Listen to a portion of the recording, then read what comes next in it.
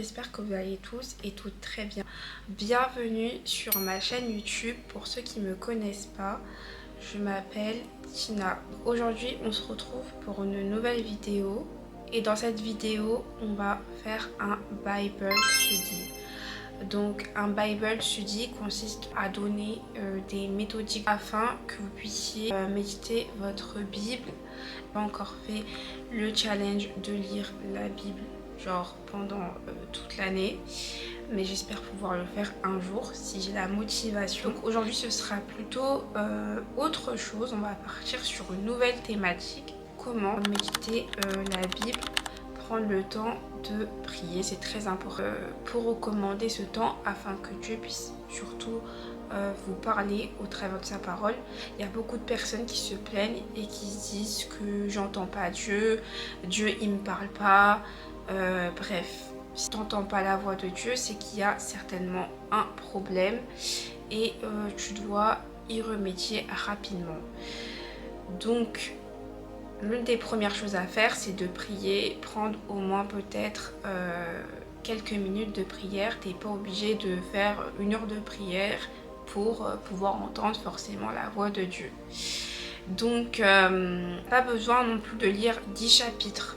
Un chapitre, un message, une application peut être nécessaire.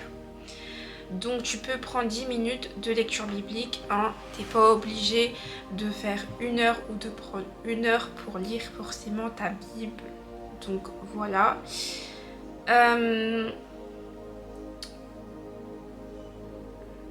Donc voilà. 10 minutes, ce sera suffisant pour lire sa Bible. Tu lis un chapitre. Alors il y en a qui font genre ils lisent un verset, c'est tout. Non, lisez le chapitre entier pour comprendre ce qui est dit à l'intérieur, parce que si vous lisez qu'un bout de verset, vous n'allez pas forcément comprendre. Des fois on peut prendre un verset pour pouvoir comprendre, pour rappeler un truc, tu vois. C'est comme un rappel, genre je sais pas, par exemple je vais dire que Dieu il est toujours avec nous, je vais prendre un verset qui montrera que Dieu il est toujours là, qu'il est toujours présent, qu'il est toujours avec nous. Du coup voilà. Ensuite, la Bible est un livre très lentement, surtout le Nouveau Testament, c'est très complexe. Donc si tu es nouvelle dans la foi, tu t'y connais pas forcément, je te conseille de lire le Nouveau Testament, parce que du coup ça va faciliter ta compréhension. À chaque fois je fais la même erreur, genre tout le temps, d'être vraiment dirigé par Dieu, parce que c'est important. Des fois on peut ne être en panne d'inspiration ou voilà, mais c'est important de demander à Dieu qu'est-ce que tu veux que je médite comme chapitre pour aujourd'hui, afin de pouvoir être aussi dirigé par Dieu et surtout d'entendre sa voix, parce que comme j'ai dit, Dieu il nous parle plus aussi par l'intermédiaire de sa parole, donc par la Bible, que par autre chose. Enfin, il peut aussi passer par les hommes pour venir nous parler, mais là où Dieu nous parle le plus, c'est vraiment au travers la Bible. Donc tous ceux qui se plaignent et disent oui, j'entends pas la voix de Dieu et tout, etc., c'est peut-être parce que vous ne prenez pas trop le temps de lire votre Bible. Tu te plains de ne pas entendre la voix de Dieu, mais ta Bible elle est tout le temps fermée. Donc c'est qu'il y a clairement un problème, ma belle. Alors troisième point, crée ton moment avec Dieu. Donc le mieux c'est que quand j'écris ton moment et une discipline.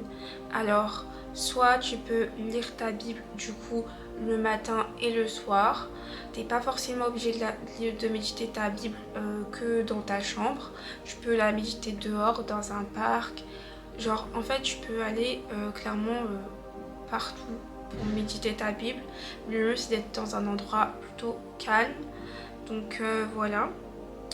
Pas de téléphone, très important, parce que vous savez que ça c'est le démon, genre vraiment ça c'est l'outil démoniaque en fait, parce que ça va en fait au moment où tu vas lire ta Bible, là c'est là tu auras tes notifications, tu auras une personne qui t'appelle comme de par hasard alors que tu n'as jamais d'appel.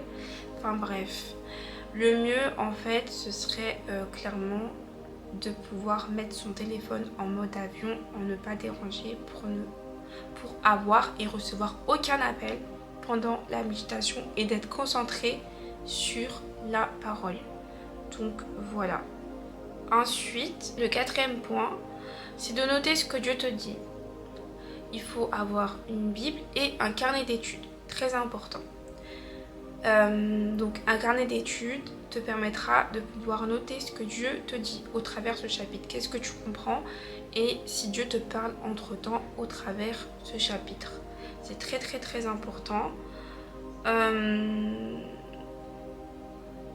Donc écrire une phrase. Point numéro 5, applique au moins une chose. Donc par exemple, parce que le but c'est d'appliquer ce que la parole de Dieu nous dit. Donc par exemple tu vas prendre un verset que tu vas pouvoir mettre en pratique. Je vais prendre en fait Galates 5 verset 22-23.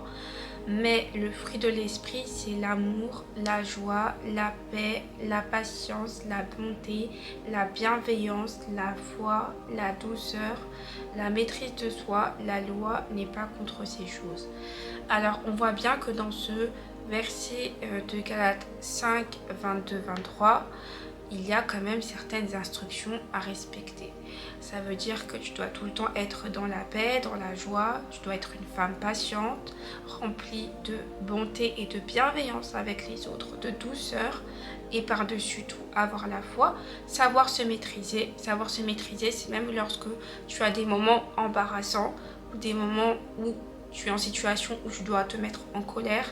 Donc avoir la maîtrise de soi, c'est très important parce que malheureusement beaucoup de chrétiens, vous ne vous maîtrisez pas quand il y a des situations très délicates. Voilà, donc c'est très important de pouvoir avoir la maîtrise de soi. Donc par exemple ce verset-là, tu peux l'appliquer dans des situations embarrassantes où tu dois littéralement manifester la sagesse. Parce que à quoi sert si tu lis ta Bible et au final tu ne la mets pas en pratique? Ça ne sert strictement à rien. Et ce sont les personnes à l'extérieur de toi qui vont littéralement remarquer un changement. Donc s'il n'y a pas un changement, il faut se remettre en question. J'ai écrit ceci, un comportement à changer, donc changer son comportement. Donc crucifier sa chair, donc une attitude à corriger et des décisions à prendre. Et à chaque décision, consulter Dieu, prier. C'est très important. Et ça vraiment, je pense que beaucoup de décisions, mauvaises décisions que j'ai prises parce que je n'ai pas pris le temps de consulter Dieu, je n'ai pas pris le temps d'intercéder ou de prier pour certaines décisions. Et je pense que j'aurais été protégée de extrêmement beaucoup de choses si j'aurais vraiment pris le temps de prier. Et malheureusement, les dégâts sont irréversibles. Aujourd'hui, j'en paye. 6. Accepte de ne pas tout comprendre. Donc parfois, Dieu parle sur la longue durée et certaines réponses viennent très tard. Et ça peut être aussi très frustrant. Beaucoup de personnes se plaignent de ne pas comprendre ce qui se passe et passent par des moments de désert. Et le moment de désert, moi je le vois comme Jésus qui est dans la barque, qui s'endort. Et il y a ses disciples qui paniquent parce que la mer est en train de s'agiter. On voit deux situations très différentes. Les disciples qui sont clairement effrayés par la mer. Littéralement Jésus qui s'endort, littéralement prendre la même attitude que le Christ, qui s'endort sur le bateau. Ça veut dire que lorsqu'on passe par des moments très compliqués, lorsqu'on passe par des moments délicats, on doit s'endormir et ne pas paniquer. Et c'est comme ça que les gens remarqueront, mais cette personne, elle passe par des moments très compliqués, elle passe par des périodes hyper humiliantes. Comment fait-elle pour garder la foi? Si j'aurais été à sa place, peut-être que j'aurais pas eu la même attitude, peut-être que même je me serais mise en colère et même peut-être pire, j'aurais abandonné la foi et croire en l'existence de Dieu. Et ça peut être très compliqué pour certaines personnes qui passent par des moments très difficiles. Et voilà pourquoi il y en a beaucoup qui ne croient plus en l'existence de Dieu, parce que tellement Dieu ne les a pas répandus, plus croire en l'existence de Dieu. Et ça, c'est votre choix. On ne vous force pas à croire en l'évangile, c'est votre choix. On ne vous force pas à croire en Dieu, c'est votre choix. Vous êtes passé par des moments très difficiles. Nous avons fait le choix de servir Dieu et de croire en Dieu malgré nos moments difficiles. Parfois, certaines réponses viennent tardivement. Ça peut être très frustrant. Les gens comme moi qui ont peu de patience n'aiment pas patienter. Et bah lorsque Dieu vous fera patienter, ce sera la période la plus frustrante. Vous allez vraiment être frustré et vous dire mais où est le Seigneur? Pourquoi me répond-il pas? Pourquoi il ne me répond pas? Pourquoi il répond pas à ma prière? Ça paraît très très long des fois, ça peut paraître hyper long. Donc comprendre que cela viendra, que Dieu exaucera ta prière, peu importe le point numéro 7, c'est de prier. Tout simplement, donc tu peux faire une prière très simple. Seigneur, parle-moi, montre-moi ce que j'ai besoin actuellement. Dieu n'attend pas des prières parfaites pour les exaucer en fait. Mais Dieu attend simplement que tu puisses ouvrir ton cœur. Parce qu'il y a des personnes, vous avez vraiment le cœur hyper dur. Genre quand j'ai hyper dur, vous n'arrivez pas à vous ouvrir. Apprenez à lâcher prise, c'est très important. Point 9, ne compare pas ton niveau spirituel. Certains prient depuis 10 ans ou sont dans la foi depuis 10 ans. Donc ils ont forcément une expérience beaucoup plus élevée que toi. D'autres commencent aujourd'hui. Tu peux tenir pendant de minuit jusqu'à 6 heures dans la prière et que toi t'en tiens que 10 minutes, que ça veut dire que la personne elle est beaucoup plus spirituelle que toi. Ça veut absolument rien dire. Dieu attend simplement des cœurs ouverts, entendre ta prière. Même une prière de 5 minutes, il peut l'exaucer. Donc voilà, et ce n'est pas juste lire la Bible, point 9, ce n'est pas juste lire. L'essentiel, c'est vraiment de pouvoir écouter Dieu au quotidien et d'être connecté à Dieu au quotidien. Donc voilà, j'espère que cette vidéo vous aura plu. N'hésitez pas à liker, commenter et partager cette vidéo. Du coup, on se retrouvera pour une prochaine vidéo.